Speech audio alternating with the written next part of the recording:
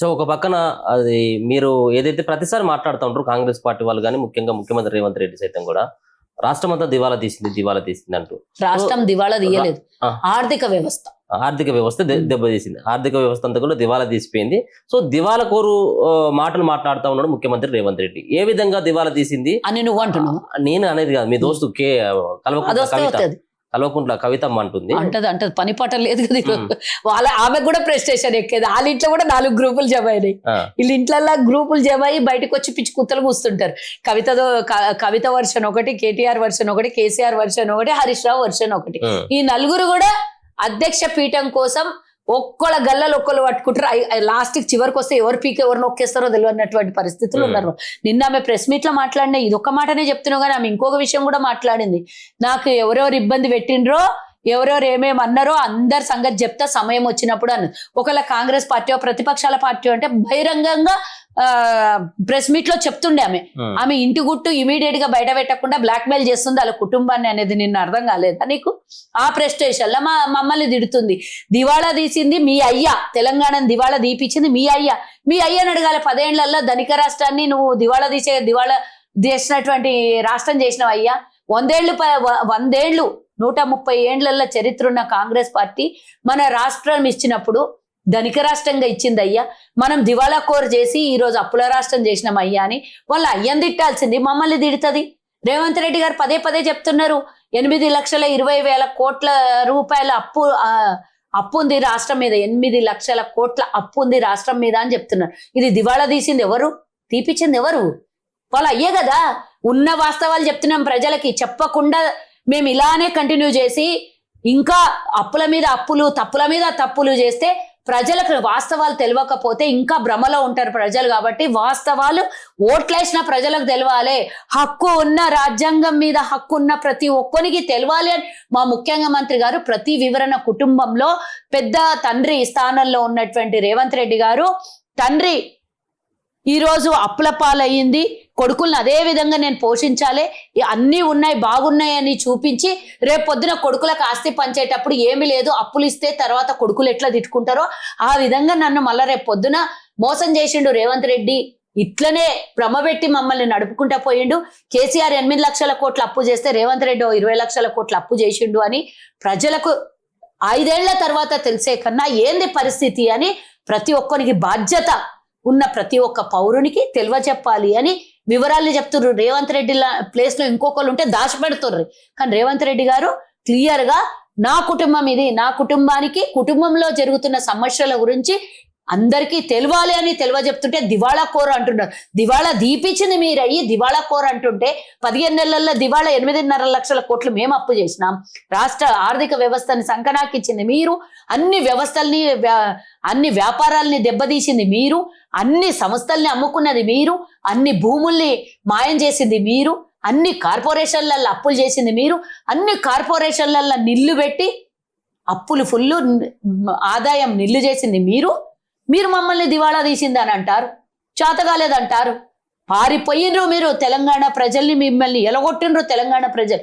ఇంకా మీకు ఇస్తే మమ్మల్ని అమ్మేస్తారని భయంతోని తెలంగాణ ఓటుని మార్చుకున్నాడు ఈసారి. ఇప్పుడు మీ ప్రభుత్వం కూడా 17 నెలల కాలంలో 1,80,000 అప్పు తీసుకురావడం జరిగింది. 1,80,000 కోట్ల రూపాయల అప్పు తీసుకురావడం జరిగింది. సో కేవలం 17 నెలల కాలంలో కేసీఆర్ తీసుకొచ్చినటువంటి అప్పులకి మీరేం తక్కువ ఏం కాదు. ఇప్పుడు ఉన్నటువంటి ఇట్లా మనం ఒకసారి క్యాల్కులేషన్ చేసుకున్నట్టయితే నీకు ఇంతకు ముందు వివరణ ఇచ్చిన అనుకుంటా మళ్ళీ ఒకసారి ఇస్తా, ఎందుకంటే అది మర్చిపోతే అది కూడా మీకు ఒక మాట చెప్పాలి. మీరు దాంట్లోకి వెళ్ళి మీరు కేసీఆర్ చేసినటువంటి అప్పులకు కానీ మిత్తులకు కానీ కట్టింది 80,000 కోట్లు. మిగతా ఉన్నటువంటి 1,00,000 కోట్ల సంగతి ఏంది? 17 నెలలు ఇంటూ 6,500 కోట్లు ఎంతైతే చెప్పు నాకు. 80,000 కోట్లు అదే అవుతుంది. 22,000 కోట్లు అసలు తెచ్చిన 1,00,000 కోట్లు కేసీఆర్ చేసిన దుమ్మిడికి కట్టాల్సి వచ్చింది. శాంతం నాకేసినావు తెలంగాణని, మరి నీ అప్పులు అడికెళ్ళి తెచ్చి కట్టాలి. సో దాంట్లో చేసుకున్నా ఇంకా మిగతా ఉన్నటువంటి 80,000 కోట్లు 1,00,000 కోట్ల రూపాయలు కూడా ఇప్పుడు మీరు తెచ్చినట్టే కదా. మరి ఏమీ లేదు, మేము నీకు ఫుల్ ఇస్తే మాకు నిల్లు ఇస్తేవి, నువ్వు ఏం లేకపోతే వ్యవస్థ ఎట్లా నడిపియాలి? నువ్వు కనీసం రిటైర్డ్ అయినోనికి 11,000 కోట్ల రూపాయలు బాకీ పెట్టినవు. రిటైర్డ్ అయిన వాళ్ళు వాళ్ళ జీతమే వాళ్ళేమి మనకేం ప్రభుత్వం దగ్గర నుంచి తీసుకొని పోయి దోపిడీ చేసింది కాదు. రిటైర్డ్ అయినటువంటి ఉద్యోగస్తుల్ని ఉద్యోగంలో పెట్టుకున్నావు, రిటైర్డ్ అయ్యి ఇంటికి పోయిన వాళ్ళకు 11,000 కోట్ల రూపాయల బాకీ పెట్టినావు నువ్వు. అట్లా ఒక్కొక్క వ్యవస్థ ఇట్లా చెప్పుకుంటూ పోతే గతంలో ఎంత పొడు చాటభారతం చెప్పినా అంత చెప్పదలుచుకోలేదు. అట్లాంటి వ్యవస్థని మేము కట్టాలి అని అల్లాడిపోయి కట్టుకుంటూ నువ్వు వ్యవస్థను పాడు చేసినాం. మేము వ్యవస్థను మళ్ళీ పునర్నిర్మాణం చేయాల్సి వస్తుంది. ఈరోజు తెలంగాణని కొత్తగా మళ్ళీ సృష్టించి నిర్మాణం చేయాల్సి వస్తుంది. నీకు మొత్తం బంగారు పళ్ళంలో వడ్డించి ఇస్తే ఈరోజు బొచ్చు పళ్ళం ఇచ్చినావు మాకు. నువ్వు ఏముంది, అడక తినే చిప్ప చేతిలో పెట్టినావు తెలంగాణ ప్రజలకు. ఈరోజు దాన్ని మేము 80,000 కోట్లు, నీ లెక్క ప్రకారం 80,000 కోట్లన్నా దానికి ఈరోజు అన్నిటికీ కడుతున్నావు డబ్బులు నువ్వు చేసిన దానికి. 1వ తారీఖున జీతాలు ఇస్తున్నాం. ఇంత దరిద్రం సమయంలో కూడా నువ్వు 18వ తారీఖైనా జీతాలు వేయకుంటివి. ప్రపంచ చరిత్రలో మన భారతదేశం పుట్టిన తర్వాత, భారతదేశంలో స్వతంత్రం వచ్చిన తర్వాత గవర్నమెంట్ ఉద్యోగస్తుని ఇంటి ముంగల అప్పులోడు నిలబడి, వడ్డీలు తెచ్చుకున్న అప్పులోడు నిలబడ్డ చరిత్ర మనదే ఫస్ట్ టైం ఈ 10 ఏళ్లలో, గతంలో కేసీఆర్. కాబట్టి ఆ వ్యవస్థ, ఆ దుర్మార్గం, ఆ తప్పిదం మనం చెయ్యొద్దని 1వ తారీఖు జీతాలు వేస్తే కనీసం ఆ కుటుంబాలకన్నా వాళ్ళు సర్వైవ్ అవుతారు 30 రోజులని 1వ తారీఖు అటు నుంచి ఇటు నుంచి తెచ్చి సవరించి జీతాలు ఇస్తున్నాం. 20% కమిషన్ తీసుకుందే పని కావట్లేదు రేవంత్ రెడ్డి. జీతాలు ఇచ్చేటోళ్ళకి రేవంత్ రెడ్డి ఉన్నటువంటి కమిషన్లకు సంబంధించినటువంటి కాంట్రాక్టుల దగ్గర కమిషన్ 20% తీసుకుంటున్నారని ఆమె ఆరోపణ చేస్తా ఉంది. ఎవరు? కల్వకుంట్ల కవిత. వాళ్ళకి అలవాటు అయిపోయింది కదా, గురిగింజనంట తననాలు పెరగదట, వాళ్ళకి అలవాటు అయిపోయి పచ్చకామర్లు వచ్చిన వానికి లోకమంతా పచ్చగా ఉంటుందని వాళ్ళు అలవాటు చేసుకున్న వ్యవస్థ అందరూ అదే చేసుకుంటారు అనుకుంటున్నారు. అసలు డబ్బే లేదురా బాబు అంటే కమిషన్లు తీసుకొని పైసలు ఇస్తారంట. మీరు 60,000 కోట్లు కాంట్రాక్టర్లకు అందరికీ బిల్లులు బాకీ పెట్టిపోయారు. అది రూపాయి పూడుస్తున్నాం మేము. అది కూడా ఇస్తున్నాము. కాంట్రాక్టర్లకు 3 ఏండ్లు పని చేయించుకొని బిల్లులు ఇయ్యలే. మీరు 60,000 కోట్లు అవ్వి అప్పులు పెట్టిండ్రు. రిటైర్డ్ అయిన వాళ్ళకి 11,000 కోట్లు బాకీ పెట్టిండ్రు.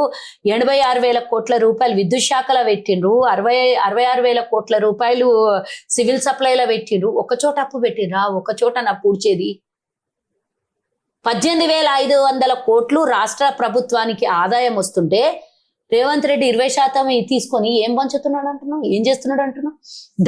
దానికి ఎంత నెల ఎవరెవరికి సదురుతున్నామో రూపాయి లెక్క చెప్పిండ్రు. అదనంగా ఆదాయం, నాకు రక్తం కోసినా కూడా అదనంగా ఆదాయం వచ్చే పరిస్థితి లేదు తెలంగాణలో అని చెప్పి 20% ఆదాయం కమిషన్లు తీసుకొని మళ్ళీ ఏమి ఇస్తున్నామంట మేము.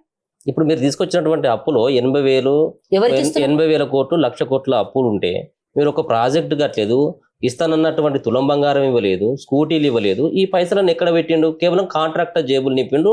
కాంట్రాక్టర్ల దగ్గర నుంచి మాత్రమే ఆయన 20% వసూలు చేసిండు అనేది అంటున్నటువంటి 1 by 1 లెక్క రాసుకో. 21,000 కోట్ల రూపాయలు రైతు రుణమాఫీ చేసినాం. నువ్వు 80,000 కోట్లలో మైనస్ 21,000 కోట్లు ఎంత? 59,000 కోట్లు. దాని కమిషన్లన్నీ జేబులోకి పోయినాయి అంటారు. వచ్చినటువంటి ఇన్కమ్ 18,500 కోట్లు మీరే చెప్తున్నారు. అవి ఎక్కడ పోవాలి? అవి జీతాలకు లెక్క ముఖ్యమంత్రి గారు క్లియర్ గా చెప్పారు కదా. అన్ని ప్రతి ఒక్కటి లెక్క చెప్తే నేను ఒక్కొక్కటి నీకు లెక్క చెప్పాలని అంటే మొత్తం ఇంకోటి సపరేట్, దాని ఇంటర్వ్యూ 5 నిమిషాలు సపరేట్ తీసుకో. దాని లెక్క రూపాయి లెక్క తెచ్చినటువంటి వడ్డీలోకి తెచ్చినటువంటి రూపాయి నువ్వు 11% వడ్డీలోకి తెస్తే దాన్ని కుదిర్చి 9% చేసుకోవడానికి అప్పు చేసి ఇంకొక అప్పు కడుతున్నాం మేము. ఎందుకంటే ఈ అప్పు 99% వడ్డీ అయితే అది 11% వడ్డీ. అప్పు తీసి ఇంకో అప్పు తెచ్చుకోవాల్సి వస్తున్నాను మేము.